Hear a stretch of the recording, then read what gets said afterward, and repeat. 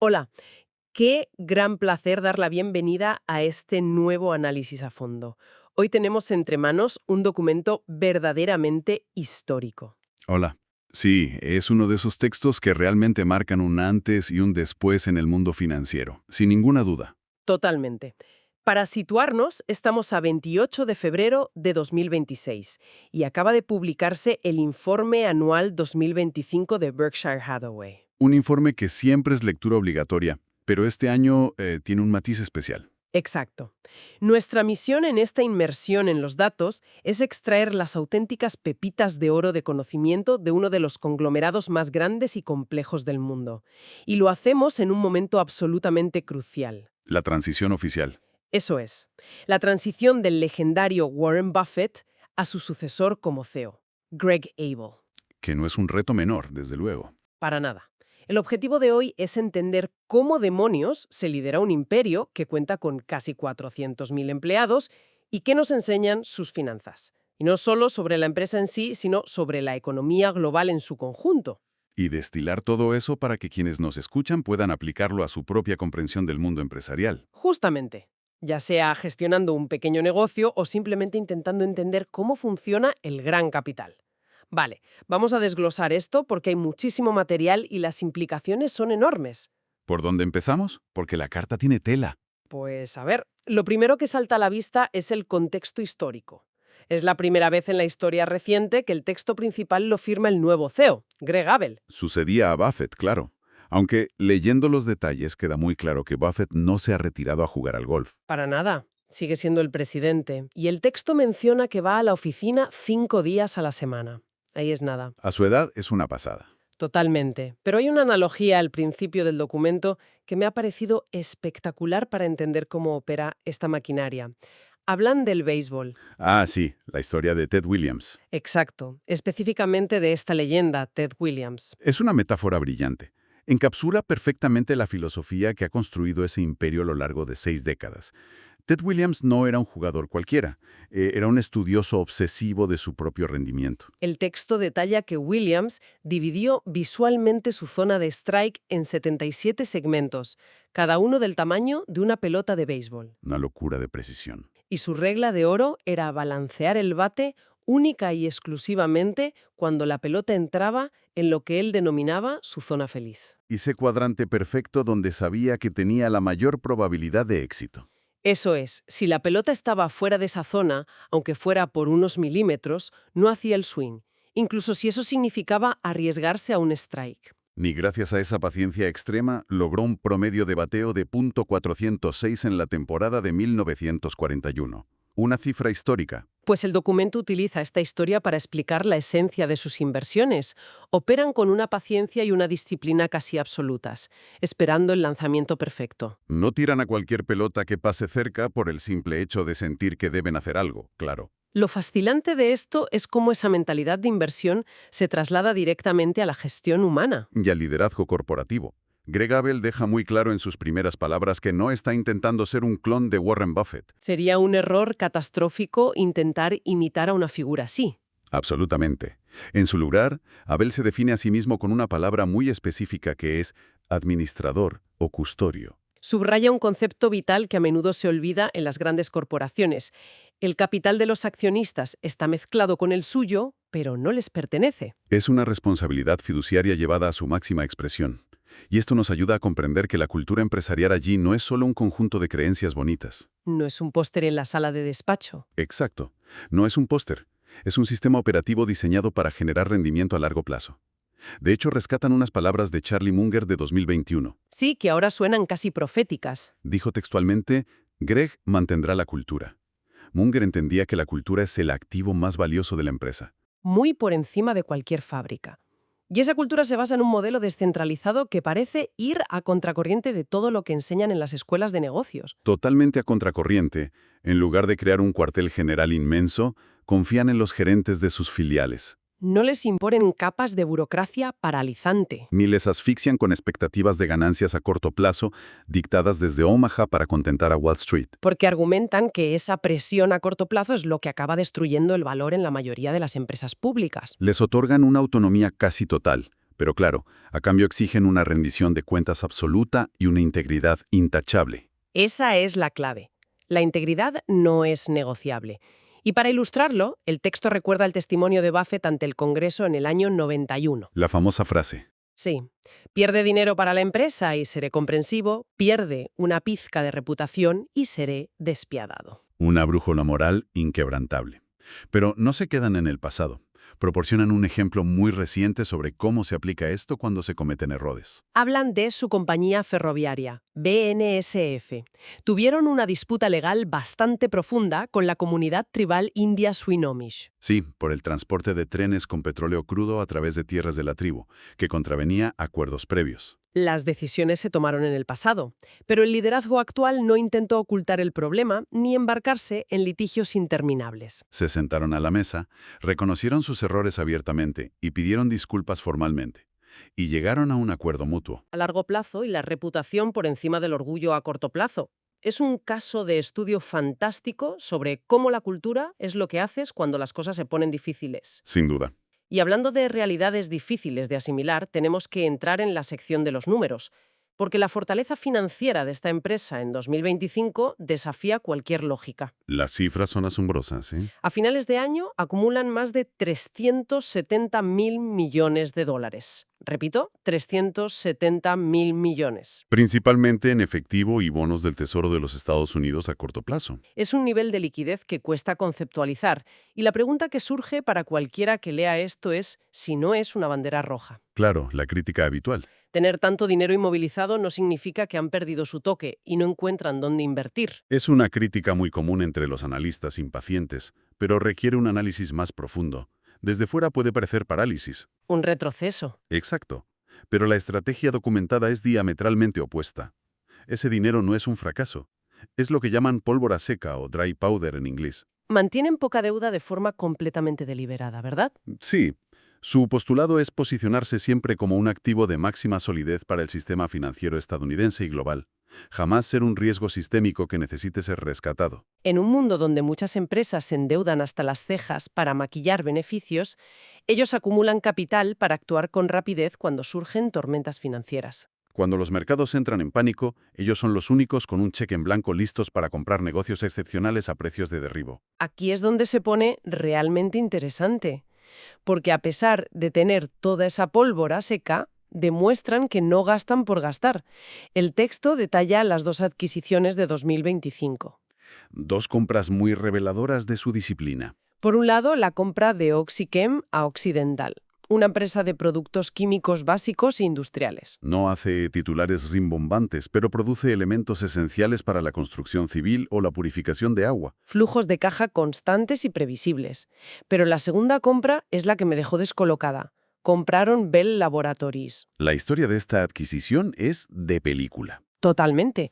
El CEO de esta empresa, Steve Levy, le escribió una carta directamente a Warren Buffett vendiéndole un negocio de control de roedores. Control de plagas, sí. ¿Cómo acaba un gigante financiero comprando una empresa de control de ratas? Pues rompe con todos los estereotipos corporativos. No hubo banqueros de inversión de Wall Street cobrando comisiones millonarias. Ni meses de auditorías. La carta delineaba un negocio que es música para los oídos de un inversor disciplinado. Márgenes operativos altísimos, un servicio indispensable. En auge o en recesión, vas a necesitar control de plagas. Efectivamente. Y es fácil de entender. El comentario oficial en la carta es muy revelador. Afirman que su único lamento es desear que la empresa fuera 10 veces más grande. Qué buena anécdota. Encierra una lección monumental sobre la disciplina de capital para nuestra audiencia. Significa tener la entereza para decir que no miles de veces a proyectos tecnológicos inciertos, pero la audacia para firmar un cheque gigantesco en días cuando aparece un negocio de control de roedores que encaja en tu zona feliz. Sin comités interminables, saben lo que buscan. Y si queremos entender para qué necesitan generar todo ese efectivo, tenemos que hablar del núcleo de este conglomerado, el negocio de los seguros. El verdadero motor, sí. Hablamos de Geico, Berkshire Hathaway Primary, BHRG. Aquí surge el concepto del float. El capital flotante, que es vital entender. Para quienes buscan aprender sobre esto, el float es el capital que las aseguradoras cobran por adelantado en primas. Y mientras no hay accidentes, ese dinero se invierte. Y la evolución de esta cifra es una locura. Han pasado de 88.000 millones en 2015 a la asombrosa cifra de 176.000 millones a finales de 2025. Lo han duplicado en una década. El float es básicamente apalancamiento gratuito, dinero por el que los clientes te pagan. Pero hay un riesgo enorme. Claro, si calculas mal y los siniestros operan a las primas, ese float destruye la empresa. Por eso la gestión del riesgo es vital.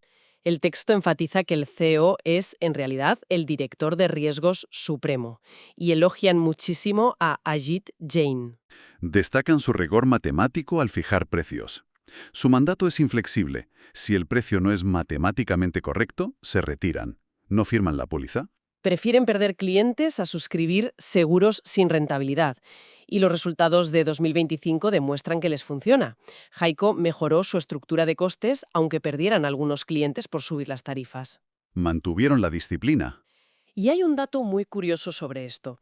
La temporada de huracanes en el Atlántico fue muy benigna. Por primera vez en una década, ningún huracán tocó tierra en Estados Unidos. Y el texto lo comenta con mucha filosofía. Citando la carta, dicen que la naturaleza controla los vientos, no Warren, y ciertamente no yo. El ratio combinado fue de un excelente 87,1%. Ese ratio es el indicador definitivo. Significa que por cada $100 ingresados en primas, gastaron solo $87.10 en reclamaciones y gastos. Un margen brutal. Puro beneficio de suscripción, al que luego suman lo que ganan invirtiendo el float.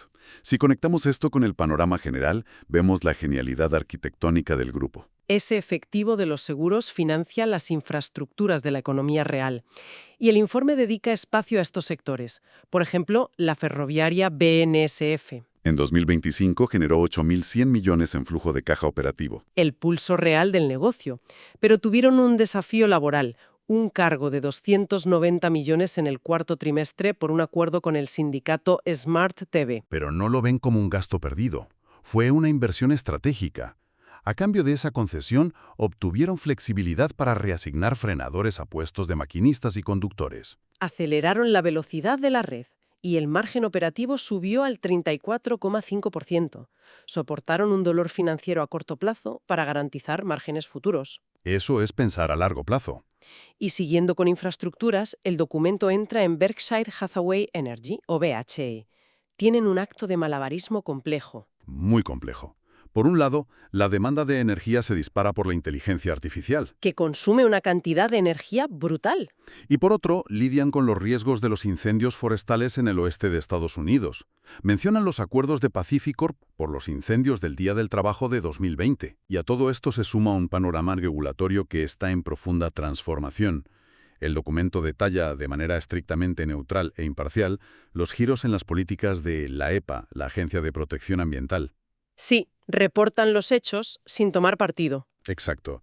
Se expone que en 2025, o mejor dicho, en febrero de 2025, en 2026, la EPA derogó su determinación de peligro del año 2009.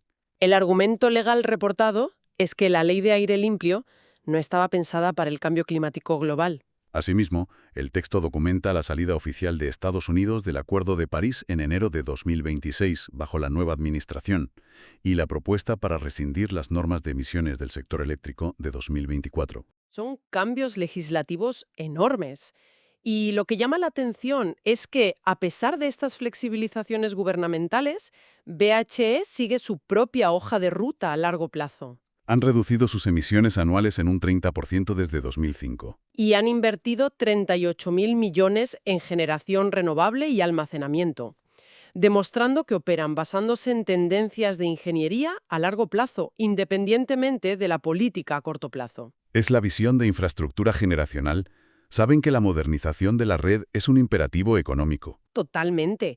Y esto nos lleva al concepto de excelencia operativa, que a menudo en las empresas es solo un eslogan. Sí, un manual lleno de jerga de recursos humanos. Pero aquí dan un ejemplo real forjado en la adversidad, la historia de Precision Castparts. El negocio de componentes aeroespaciales. En febrero de 2025 sufrieron un incendio gravísimo en su instalación de Pensilvania. Todos fueron evacuados a salvo, afortunadamente. Pero el problema logístico era inmenso. Esa fábrica producía más de 700 piezas exclusivas críticas. Críticas para gigantes como Boeing y Airbus.